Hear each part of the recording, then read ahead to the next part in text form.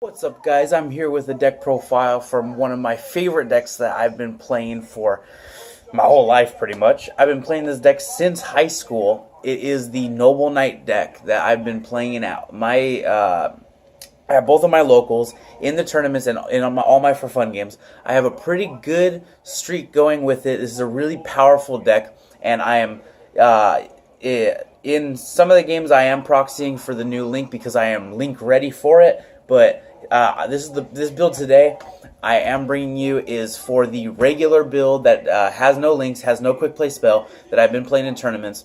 For those of you that were at the Murillo tournaments, you guys know that I'm playing this deck. At one of the tournaments, I got X1 with it, and in the other one, I went 3 games undefeated at the beginning, and then I had to leave. But nonetheless, this is a really good, really powerful deck. A lot of people don't know what it does for some reason. Some of the people, I get a lot of questions, people asking me to explain a lot of the cards and getting very frustrated with all the effects that are going off with the equips and the monster effects themselves. But it's just one of my favorite decks, so I had to build it. I had to bring it to you guys, and here it is. So let's get into the deck profile. You all know Merlin. Tribute him to special summon one of the Noble Knights from your deck. You play 3 of him because he's pretty much your E-Telly, even though he does use your normal summon.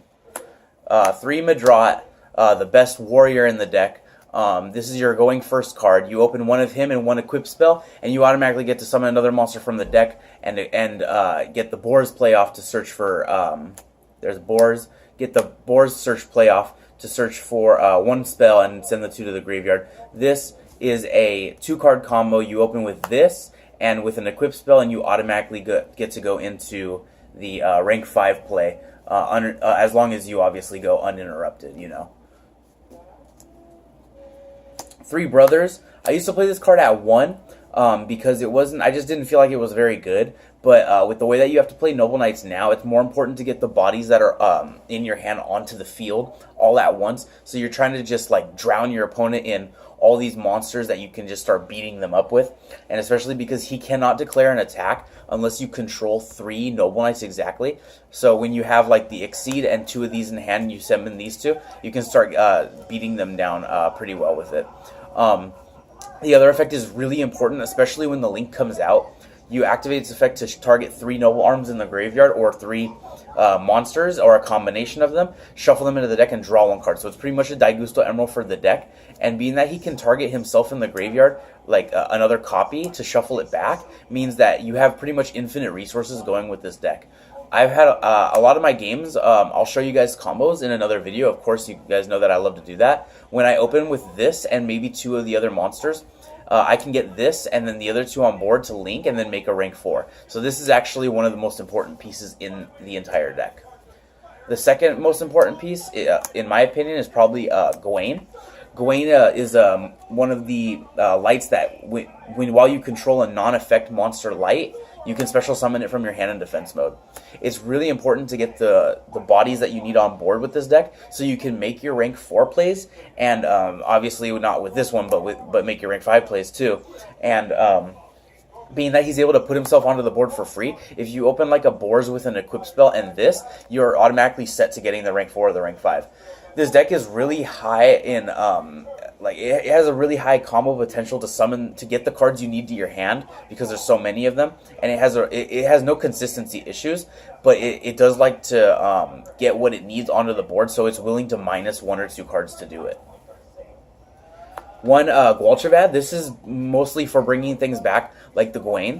While he's equipped with an equip card, you get to add from your graveyard to your hand 1 Noble Knight monster and then destroy an equip card. So this can automatically, if this is engraved, you can equip 1 to him. You can normal him, equip 1 to him, so, get this back, and then pop the card. Don't let it come back to him, and then just special this, and you can make a rank 4. So he can become a 1-card rank 4 engine. And he's really important for when the Link comes out, because when the Link comes out, you're able to add him to your hand, so you can use him for next turn. 1 Bedweir. I don't know how I feel about this guy too much. He's decent. I like him because he can go into like some cool plays where if you have like brothers and him and stuff, you're not totally like dead in the water, and you can get him on board to like start re-equipping spell cards to monsters. It's a speed 2, so it's during either player's turn. There's a lot of times where I play pendulums, and they'll go purple poison effect to pop, and I can activate Bedweir's effect to re-equip the Destiny onto another monster to make it so it can't be destroyed. So this actually has some pretty unique potential to be had with it. One Landisling, my friend told me to put this in. Ever since I have not regretted it. It's really strong because it can get your equips to your hand very easily, and he has the most attack out of any of the Noble Knight monsters.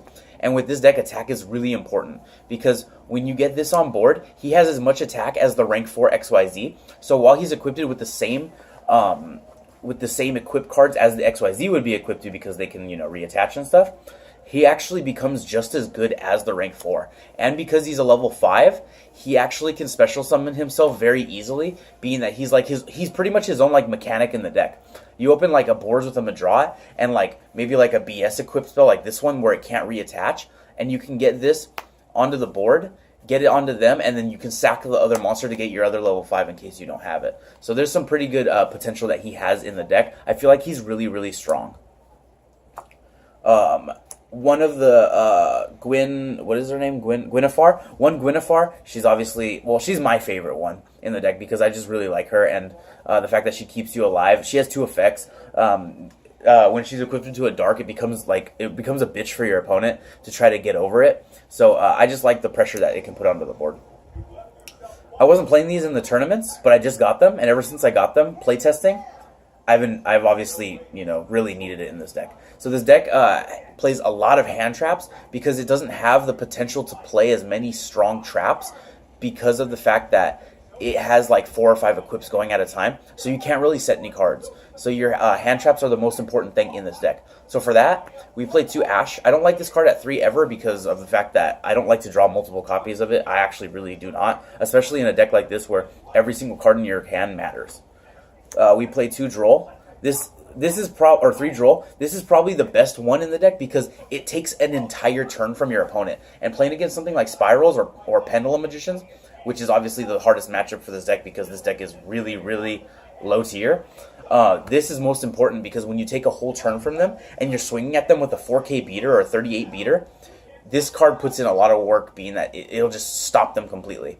So it's really good for just like putting the pressure on them. 2 Ghost Ogre. This is just for killing shit that I don't want in my way. But obviously, just I don't like playing 3 because obviously the same thing with that. I don't want to draw multiple because I don't want to see them. But the cool thing about this deck is that if you really need to get to these, you really can because of the Noble Brothers, the Daigusto effect to draw. Sometimes I can pop it off 2 or 3 times in a turn, even if I'm going first. So these are really strong because you can get to these really easily. And the last 3, 2 Veiler. This deck plays the Veiler because it's Veiler. It's Ulti Veiler. We have to play it. And the 1 Maxi because it's a god card. For the equip spells, I play this is the ratio that I'm going with for the when the link comes out and for currently at the moment. You really only need 1 of each card in play, so 2 is just to get the link monsters effect to pop off. 2 Destiny, 2 Caliburn, 2 Excalibur, 2 Gallatin. That's Gallatin. This is Caliburn. 1 Caliburn and 1 Arfendictor. I was trying each one at like 2-1 and 2-1, and now I'm just playing 1-1 because they're good just for popping off like maybe like once in a while. People got really annoyed in tournament when I was gaining life points. I went up to like 10 and 11,000 because they just couldn't get over my 4K beater, and my I'm unable to be targeted, I'm unable to be destroyed. So a lot of people just have a really big issue with that. So these this deck is it's so powerful, it's so fun. The equip cards people don't like playing against equip cards, but this is the perfect ratio to go with, in my opinion. I've tested every single ratio that I possibly could. This is the best one. And I'm probably going to also try to play I'm going to probably side the Dust Mop, the Duston Mop, whatever it's called, because the only weakness that this deck has is Kaijus. So, that's that. Last 3 cards. 1 Last Chapter of the Noble Knights. I like this card.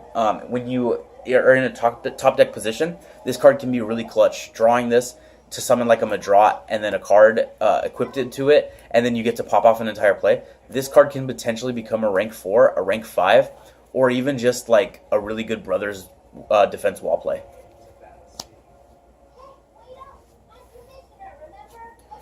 One Rhoda, because it's Rhoda, and one Desires. The Desires, I really don't want to see that much. It's only there to be like the 40th card, like the upstart of the deck, because you don't really want to banish all your resources off this in this deck. It has no problem handling resources, so I just feel like one Desires is kind of right when it can dig for cards that you may need later on in the game. On to the extra. 3 of each of the Noble Knight or Noble Kings. 3 of the rank 4, 3 of the rank 5. These are obviously the main monsters to go into. If you don't know what they do, one's a Heavy Storm and one pops monsters. The rank 4 is the Heavy Storm. I like the entire Utopia package. I play all 3 of them because I like to get multiple uses out of Utopia the Lightning. A lot of people tell me, well, Utopia is to swing for game. And I go, well, sometimes it just doesn't work. So I like to go for it 2 times to be able to pop it off and put an enormous amount of pressure onto them. 1 Cowboy, because it's generic, Tornado, Dweller, and the 1 rank 5, which is the Zen Mao. This is pretty much a free Twin Twister every turn, and this is obviously the better version of this, and then these 2 are just generic to Cowboy and, Tornado's Tornado. And the last card is my ulti that I pulled, Amarillo's, the ulti Deco Talker. Just the one Deco Talker because it's the only link that we can go into. Obviously, there's only 14 in the extra deck, so I believe it's 14. And that's because I did take the links out before this. But if you guys are wondering what the deck would be like with the link, pretty much like you could cut this for 2 of the links, or just run this a link, 2 links, and then cut one. I would cut this card for obviously the other link because it's more powerful. That's that. And then the side deck that I did play, obviously side decks really don't matter. I don't really feel the need to post the side decks too much because side decks change and, But I could just post this first, maybe if you guys are looking for some ideas on what to play. The 2 anti-magic arrow. This is for things like evenly matched. When you're going like second and you see that they don't set cards or whatever and you make your big monster, this is just to protect the king. All of this deck is a protect the castle deck, and this card does really well at doing that job. So do these, the Twin Twisters. 3 Chalices for negating monster effects that you really don't want in your way. Things like Dark Law and Dweller and things like that, because those are the things that really hurt this deck. 2 Mind Crush. This is the same thing as the anti-magic arrow. These are for make quality. Okay. These are just for calling out cards that could be in your way, like hand traps or struggling battles or something like that. 2 Breakthrough Skill because they're ulti first, and this is an OG deck, so I felt like playing an OG card. I did not bring these in, obviously. When I did bring in a trap card, it was Strike. And 2 Deviator to give yourself the advantage against certain decks like Paleo and what else? And Pendulum Magician and things like that. So this is just to keep cards. When you're going first, it'll just secure you the win against those decks that you have a hard time against. Because this deck does have a hard time against a lot of decks. But yeah, so hopefully that this deck will get a little bit better with the upcoming Link Monster and the Quick Play spell. I do have proxies of both of those that I do test out and play against my friends. In the main, I think I would just cut like 1 Desires, a Last Chapter, and maybe like a Veiler or something, just to play the 3 Quick Play spells because they're the most important main deck card that we're missing. But yeah, hopefully this deck will get a little bit better in time. And I'll obviously have replays up for you guys to see for this deck profile. It's a really fun deck, really interesting deck. I really love this deck. I've always been playing this deck. Let me know what decks that you guys would like to see that you are like really big fans of, like things like Inzectors and Nekroz and all those OG decks that you like. And maybe I can try to find a deck profile or like find somebody that plays it, or even put the deck together myself. Who knows? So yeah, be much appreciated. All right, thanks guys.